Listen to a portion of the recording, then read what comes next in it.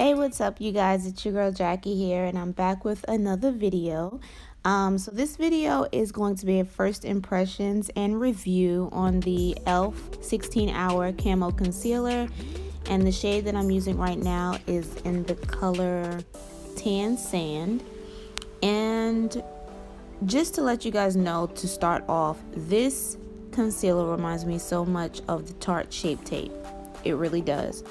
The packaging states that it is high coverage, and I do agree with that. It is extremely high coverage, but it dries down super fast. So you do have to work quickly when using this product. You do not need to let it sit on your face at all, because as you can see later on in the video, I had a hard time blending the concealer down on my nose, because by the time I reached my nose, the highlight of my nose, it was completely dry.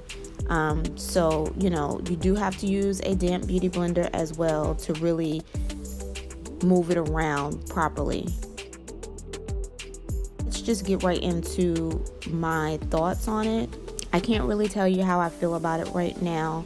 I'm still, you know, trying to figure it out and really trying to see if I like it or not. The shades that I purchased online at Ulta.com were Tan Sand and Medium Sand. And Medium Sand was too light, so I did not use that in this video. But the way I was able to purchase the shades was because I had watched Pretty Bree's tutorial on, well, her review on her channel about this product. And I kind of went off the shades that she had purchased, and that's how I was able to, you know, choose my shade.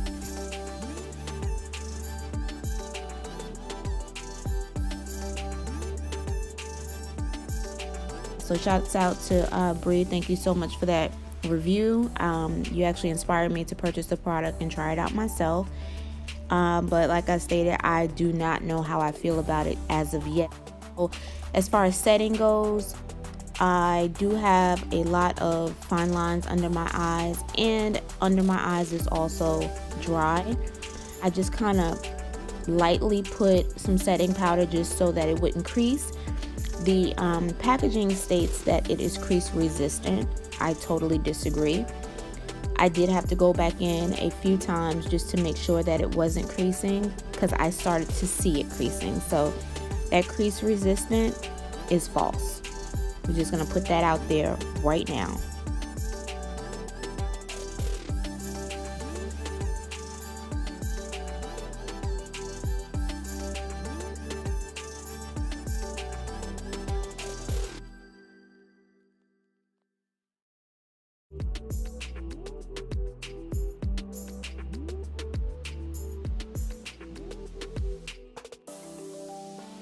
The other shade that I purchased, the Medium Sand, it was too light, like I stated earlier in the video. So I did try to use it on my eyes as a base to my eyeshadow, and that was a fail. I thought that being that it was lighter, it would be a great base, and the first two colors I applied, it was a extremely great base. But as soon as I tried to apply my third shade, all of the shadows literally cracked. Like, everything just started to fall off. I had so much fallout on my eye, and my look was completely gone. So I don't know what the deal is with that, but just to let you know, it may not be a great option for a base, an eyeshadow base. But for $5, I would say it is worth the buy to try it out for your concealer, highlighter, or even contour. Can't go wrong with $5. And yeah, so that's my review on this product. I will give you my final review very soon. I'm going to try it with a few other looks. Just a quick note, I did not prime my face at all, because I knew that this product was going to be dry, and my skin actually has been dry lately. So all I did was moisturize and then go straight into my foundation and my concealer. All the products that I used in this video I will have listed in the description box below. Right now you can see I'm putting on my shadow, and when I tell you guys, I was so scared to do this. I was not going to put on shadow. I just really wanted to do the review and have a very plain look, but I did not like the way that was coming out. I was looking too flat, so I just wanted to apply a little bit of color, a very simple eyeshadow look that can be worn as everyday, or depending on your lip, you can, you know, glam it up and wear it, you know, even for Valentine's Day. But yeah, so I just applied a little bit of that setting powder under my eyes to catch any of the fallout, but I did not put it directly under my eye because I felt like if I did, it was going to look super cakey.